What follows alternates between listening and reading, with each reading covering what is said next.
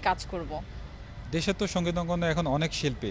কি মনে হয় আসলে এই জায়গায় কাজ করাটা আসলে কতটুকু চ্যালেঞ্জিং?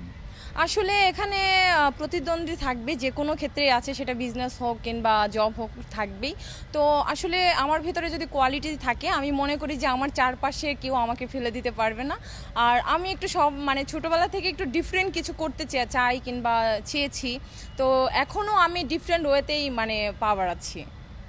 বর্তমান তো আসলে গান বলি বা অভিনয় বলি সবাই হচ্ছে যে ভাইরাল হওয়ার জন্য একটা টেন্ডেন্সি সবার মধ্যেই লক্ষ্য করা যায়।